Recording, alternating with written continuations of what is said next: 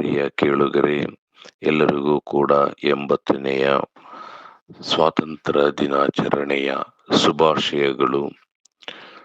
ನಮ್ಮ ದೇಶವು ಪರಕೀಯರ ಆಡಳಿತದಿಂದ ಬಿಡುಗಡೆ ಹೊಂದಿ 80ನೆಯ ಸ್ವಾತಂತ್ರ್ಯ ದಿನಾಚರಣೆಯನ್ನ ನಾವು ಆಚರಿಸುತ್ತಾ ಇದ್ದೇವೆ. ನಮಗೆ ಪರಕೀಯರಿಂದ ಸ್ವಾತಂತ್ರ್ಯ ಸಿಕ್ಕಿದರೂ ಕೂಡ ನಮ್ಮ ಒಂದು ಜನರ ಮಧ್ಯದಲ್ಲಿ ಅನೇಕ ವಿಧವಾದಂಥ ಅಪರಾಧ ಕ್ರಿಯೆಗಳು, ಅನೇಕ ವಿಧವಾದಂಥ ದುಷ್ಟ ಕಾರ್ಯಗಳು ನಡೆಯುತ್ತಾ ಇವೆ. ಕೊಲೆ, ಮೋಸ, ವಂಚನೆ, ಹೀಗೆ ಅನೇಕ ಪಾಪಗಳು ಈ ಜನರ ಮಧ್ಯದಲ್ಲಿ ನಡೆಯುತ್ತಾ ಇದೆ.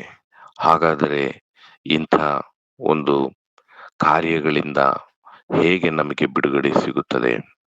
ಇವುಗಳನ್ನು ಪಾಪ ಎಂಬುದಾಗಿ ದೇವರ ವಾಕ್ಯ ಹೇಳುವಂಥದ್ದಾಗಿದೆ. ಪಾಪವು ಕೊಡುವ ಸಂಬಳ ಮರಣವಾಗಿದೆ.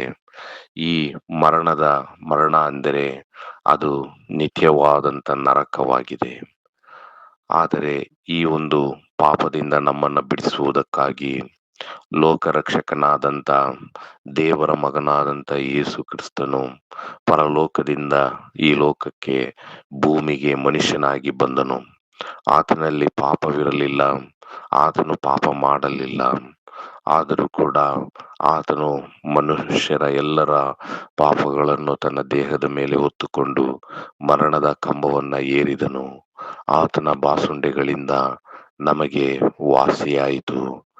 ಆದುದರಿಂದ ನನ್ನ ಪ್ರಿಯ ಕೇಳುಗರೆ, ನಮ್ಮ ಈಗಿನ ಈ ಪಾಪದ ದಾಸತ್ವದಿಂದ, ಪಾಪದ ದಂಡನೆಯಿಂದ, ಪಾಪದ ನ್ಯಾಯ ತೀರ್ಪಿನಿಂದ ನಮಗೆ ಬಿಡುಗಡೆಯಾಗಬೇಕಾದರೆ ನಾವು ರಕ್ಷಕನಾದಂಥ ಯೇಸು ಕ್ರಿಸ್ತನಲ್ಲಿ ನಂಬಿಕೆ ಇಡಬೇಕು. ನಾವು ಪಾಪಿಗಳೆಂದು ನಮ್ಮ ಒಂದು ನಿಜ ಸ್ಥಿತಿಯನ್ನು ಒಪ್ಪಿಕೊಂಡು, ನನ್ನ ಪಾಪಗಳಿಗೋಸ್ಕರ ಯೇಸು ಕ್ರಿಸ್ತನು ಶಿಲುಬೆಯಲ್ಲಿ ತನ್ನ ಪ್ರಾಣವನ್ನು ಕೊಟ್ಟನು, ಆತನು ತನ್ನ ರಕ್ತವನ್ನು ಸುರಿಸಿದನು, ನನ್ನ ಪಾಪಕ್ಕೆ ಪ್ರಾಯಶ್ಚಿತ್ತವನ್ನು ಮಾಡಿದನು. ಆತನು ಸಮಾಧಿ ಮಾಡಲ್ಪಟ್ಟು 3ನೇ ದಿನ ಜೀವಂತನಾಗಿ ಎದ್ದನು, ಪರಲೋಕಕ್ಕೆ ಏರಿ ದೇವರ ಬಲಭಾಗದಲ್ಲಿ ಕುಳಿತುಕೊಂಡಿದ್ದಾನೆ. ಆತನು ತಿರುಗಿ ಬರುವಾಗ ತನ್ನಲ್ಲಿ ನಂಬಿಕೆ ಇಟ್ಟವರನ್ನು ತನ್ನ ಬಳಿಗೆ ಕರೆದುಕೊಂಡು ಹೋಗುತ್ತಾನೆ. ನಂಬಿಕೆ ಇಡದವರನ್ನು ಅವರನ್ನು ನಿತ್ಯ ದಂಡನೆಗೆ ಒಳಪಡಿಸುತ್ತಾನೆಂಬ ಸತ್ಯವನ್ನ ಯಾರು ಒಪ್ಪಿಕೊಳ್ಳುತ್ತಾರೋ ಅವರೇ ರಕ್ಷಣೆ ಹೊಂದುವರು ಮತ್ತು ನಿಜವಾದಂಥ ಬಿಡುಗಡೆ ಹೊಂದುವರು.